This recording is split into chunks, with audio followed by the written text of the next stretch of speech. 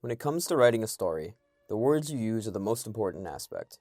Words define what the characters do, what they say, what they look like, and where they are. What the characters say, however, is maybe the most important world-building device. When it comes to narrative dialogue, almost all lines fall into two categories: narrative-based dialogue and dialogue-based narrative. The difference between the two is actually very simple.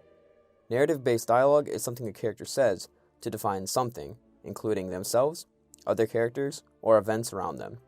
This type of dialogue adds little to the overall plot, but adds characteristics and relatability to draw the viewer in.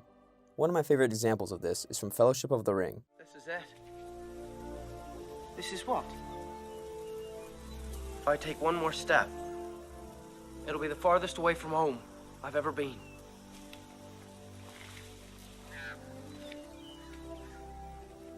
Come on, Sam.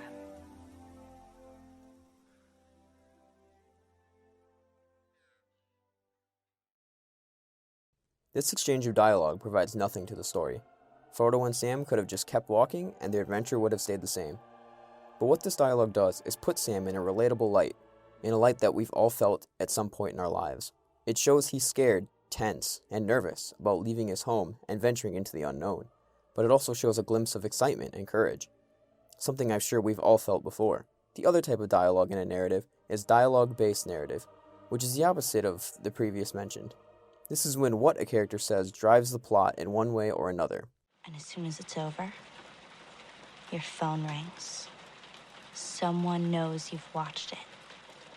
And what they say is, you will die in 7 days. From watching this clip, we now know a major plot point and what might happen to that main character. In this video, we'll be specifically looking at dialogue-based narrative and seeing how a master writer like Christopher Nolan pulls it off. And here we go. Everyone knows The Dark Knight for the Oscar-winning performance Heath Ledger put on as the Joker, but the plotline is also a huge standout. Let's review The Dark Knight plot and see how Nolan used dialogue to tell the story. In general, The Dark Knight plotline is essentially Joker versus Gotham, and how other major characters living in Gotham, like Batman or Harvey Dent, are affected and react to his actions. This is a prime example when the movie first starts off with Joker going against the mob. They wired this thing up with like 5,000 volts. What kind of bank does that? A mob bank. I guess the Joker's as crazy as they say. Next, it's mentioned through dialogue that Batman has also been going against the mob. You don't like what I have to offer, you can buy from someone else. Assuming Batman left anyone to buy from. Knowing this, Joker teams up with the mob to try to take down Batman. What do you propose? It's simple. We kill the Batman. Despite their best efforts, Batman eventually takes down the mob. We need Lau back. The Chinese won't extradite a national under any circumstances.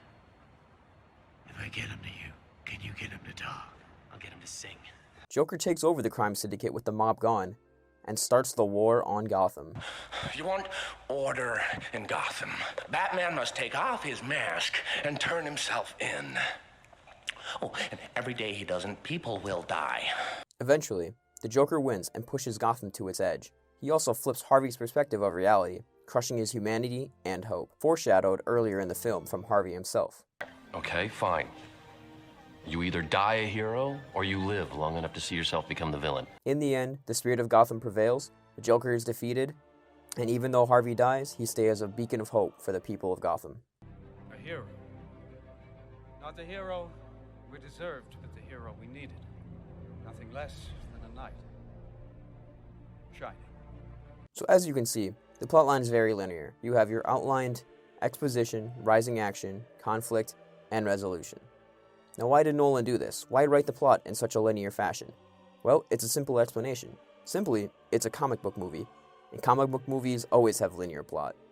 Comic book movies are based on comics, and we don't open a comic to get a backstory or side plots. We want to read Batman versus the bad guys, so the simplest plot is always the best. I hope this video helped explain a little bit about how to write dialogue and the direction it takes the narrative of a story. My challenge to you is to watch your favorite movie or TV show and think about the dialogue you're hearing, and the purpose the writer was trying to get across using those words. See you next time.